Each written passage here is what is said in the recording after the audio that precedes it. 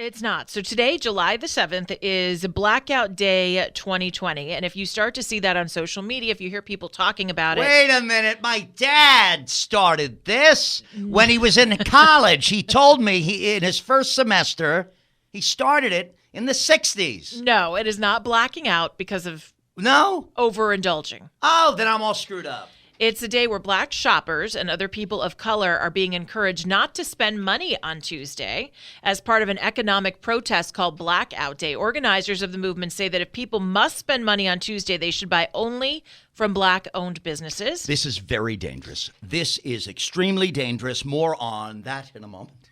Although this movement is exclusively targeted at what they say is empowering and uplifting black people all over the world, they say we welcome all people of color to stand with us in solidarity. That's a blurb on the website for Blackout Day. You can check out more information, but certainly this is an economic protest day dubbed Blackout Day, and shoppers, black shoppers, people of color, and allies are being encouraged not to spend any money. If they must purchase something, make sure you're doing it from a black-owned business if you want to participate. Now, I might be lining up to agree with you, but go ahead. You say this is a bad idea. Why? I know my American history. In fact, I know American history far better than I know my world history. I know in this country so many fought, so many died, so much blood was shed to integrate. Why are we segregating ourselves? Thank you. Why would we segregate ourselves? Why would we eliminate from the even if just for a day? And I know the symbolism. I understand the symbolism of doing it for a day, but I don't appreciate the symbolism. It's not that I don't appreciate empowering. And by the way, I am insulted if you think I don't appreciate the importance of empowering black business owners and black consumers.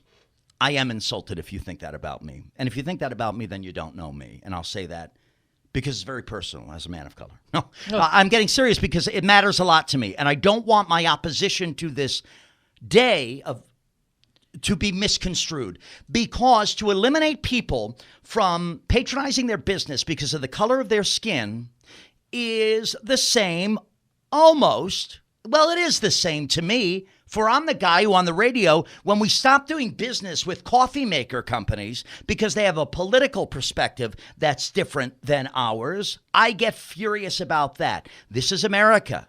This is America, where diversity is celebrated and integration was fought for. Segregation was pushed aside, and tolerance of people who are different in terms of race and culture, my goodness, for starters, tolerance of people with different perspectives. Yeah, you can still go buy a hamburger from somebody who votes for a Democrat or votes for a Republican. And the day we start to financially, with a concerted effort, exclude people from the list of businesses we'll go into, in this case, because their skin's not black or because their skin is black.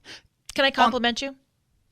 I think our friend Dennis Prager, if he is listening, would probably say this. And he would say that is the difference between you, a classical liberal, Brian, and the far left in the country.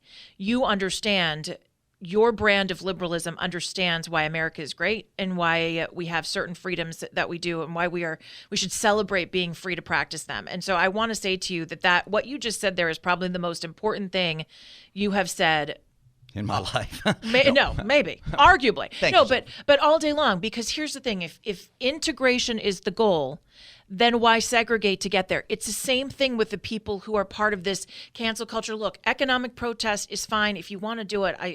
God love you. Protest in general, whether it's economic or physical, we support it because we live in this country. But when the groups of people who say you have to think a certain way or you will not be welcomed in, you'll be canceled, that is so detrimental to the movement that celebrates individuality to homogenize people. It's unbelievable. It's what's happening on the far left, and what you just laid out there is what liberals used to be. Sadly, I would hope that they go back in that direction, because you're nice to say that. I would it's only, unfortunate. As a parting thought, if you are participating in this blackout movement today, where black consumers are encouraged to go out and buy, that's wonderful. Celebrate the fruits of your labor and go buy. That is wonderful. If you're standing in front of two shoe stores, and one is owned by a white guy and one is owned by a black guy, and you make the determination exclusively based on the color of skin of the person behind the register to go to one store or the other, I'm not going to say you're a racist, but I'm saying you're acting